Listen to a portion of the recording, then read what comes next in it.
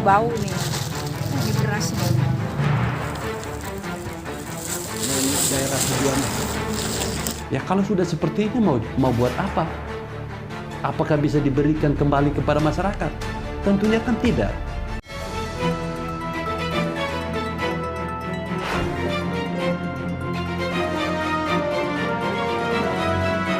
Assalamualaikum warahmatullahi wabarakatuh. Salam, salve, Om Swastiastu, Namo Buddhaya, salam kebajikan.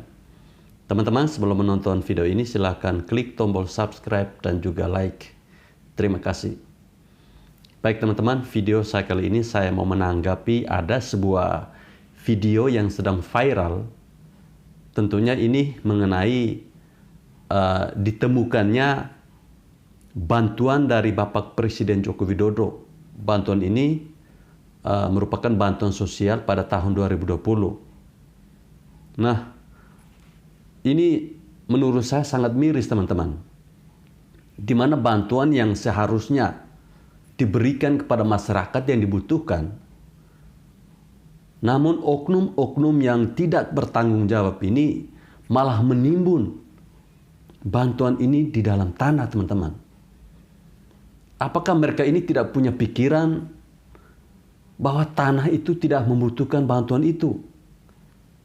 Sesungguhnya yang membutuhkan bantuan itu adalah masyarakat Indonesia, rakyat Indonesia.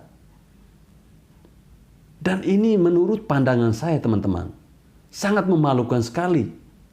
Dan ini dilakukan oleh salah satu ekspedisi terkenal di Indonesia. Ya, saya tidak perlu menyebutkan nama ekspedisi itu teman-teman.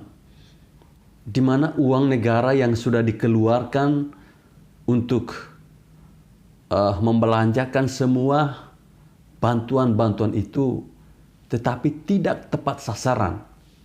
Bantuan malah dikubur di dalam tanah.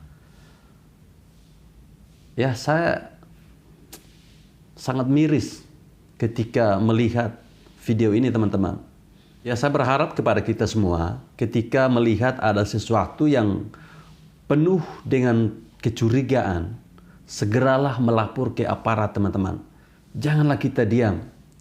Kalau bukan kita, siapa lagi teman-teman yang bisa memberikan informasi ini? Coba teman-teman bayangkan, 2 tahun loh. Dari 2020, 2022 baru bisa ditemukan. Ya kalau sudah seperti ini mau buat apa? Apakah bisa diberikan kembali kepada masyarakat? Tentunya kan tidak.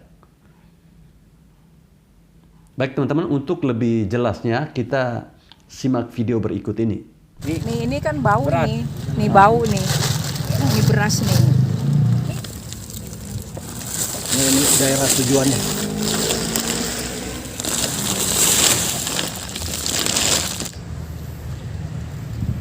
Nah, pemendamannya di sini. Ini dipendam di sini nih. Kita dapat informasi dari pihak dalam JNE sendiri. Dari pihak dalam JNE sendiri bahwa di sini adalah pemendaman sembako. Inisialnya tidak usah saya sebut.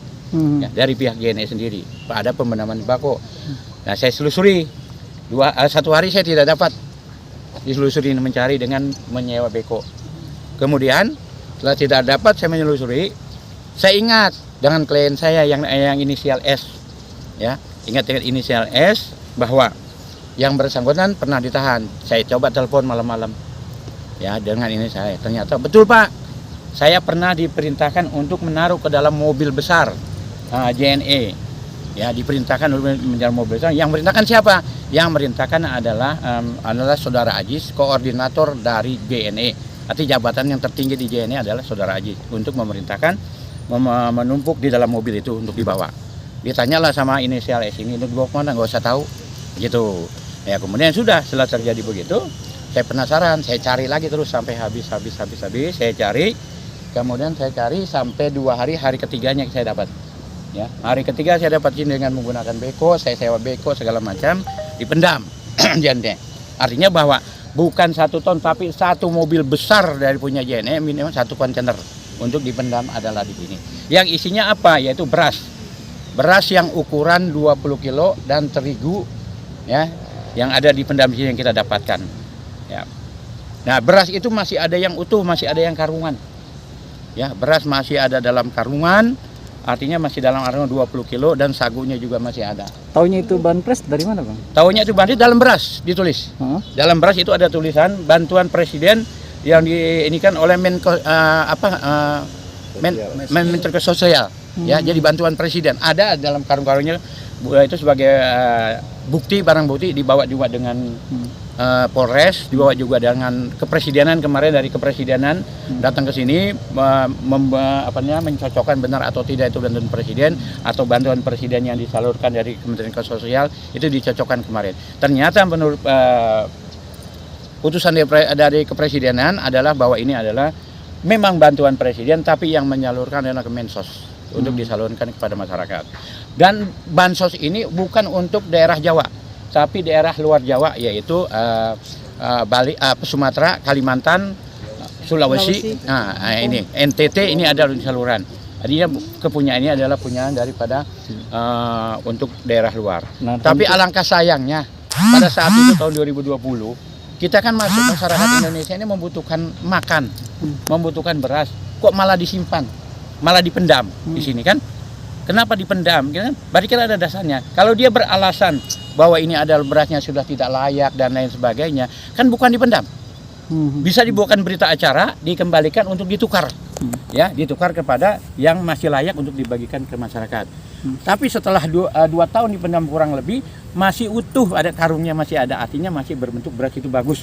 Selanjutnya Bang, temuan ini akan dilaporkan ke... Saya sudah laporkan kemarin, yaitu pada hari ini kejadian saya laporkan itu bahwa ini adalah penyelewengan atau adalah penyelewengan hukum, yaitu maka saya laporkan adalah ke Tipikor. Ya, artinya laporan masyarakat kepada Tipikor. Tadi udah saya siapkan pihak terlapornya. Ya, otomatis pihak terlapornya di sini adalah JNE, dalam hal ini adalah saudara Ajis dan kawan-kawan, karena memang dia memerintahkan. Nah, ini saya laporkan kemarin sudah ada tanda terimanya pada malam itu tanggal 29. Ya, saya ke Tipikor. Pada tanggal 29 sudah saya laporkan ke Tipikor. Dan mungkin nanti ada laporan pidana umumnya, yaitu 372, artinya penggelapan. Ya, 372 penggelapan, berarti 372 yang melaporkan adalah dari Kemensos. Karena adalah barang ini artinya digelapkan, tidak disalurkan kepada masyarakat. Dan ditambah lagi memang JNE ini tidak mempunyai niat baik. JNE ini selalu arogan. Dia memakai lahan tanah saya di sini selama kurang lebih 9 tahun sejak berdirinya JNE, minta izin pun tidak, bayar pun tidak. Ya, 9 tahun, coba bayangkan. Ya, 9 tahun bukan waktunya sedikit, ya, pakai 9 tahun. Jadi aturan-aturan segala macam dia langgar semua. Dia merasa mungkin paling kuat atau paling apa gitu, dia langgar, dia tidak perhatikan. Maka saya pagarlah ini semua. Nah, setelah saya pagar ini semua, mengadakan negosiasi dan sebagainya, saya sudah somasi dari pihak JNE. Somasi pertama sudah, somasi kedua sudah kemarin. Rencana saya, kalau dia juga tidak mempunyai etikat baik, akan saya lakukan jalur hukum, ya, secara hukum pidana dan secara hukum perdata. Ya, secara perdata akan saya gugat di pengadilan sesuai dengan prosedur perbuatan melawan hukum, yang mana dia menggunakan tanah saya tidak dia bayar. Karena sesuai dengan undang-undang, kalau kita hitung sesuai dengan undang-undang lalu lintas, sesuai dengan undang itu, maka sekitar 20 miliar dia harus membayar, karena memang sudah ada aturannya, dendanya, ya. Maka saya akan niat baik daripada JNE, tapi untuk kasus hukum yang merugikan pemerintah yang menggunakan dana APBN, ini saya meminta kepada teman-teman media untuk mengawal, jangan sampai ada indikasi 86. Saya minta harus diusut tuntas, karena masyarakat sangat membutuhkan. Ya, pada saat itu sangat membutuhkan beras, sangat membutuhkan dan lain sebagainya. Malah dengan leha-leha dipendam di sini, saya enaknya aja di tanah saya lagi dipendam. Artinya bahwa dia sudah melakukan perbuatan melawan hukum.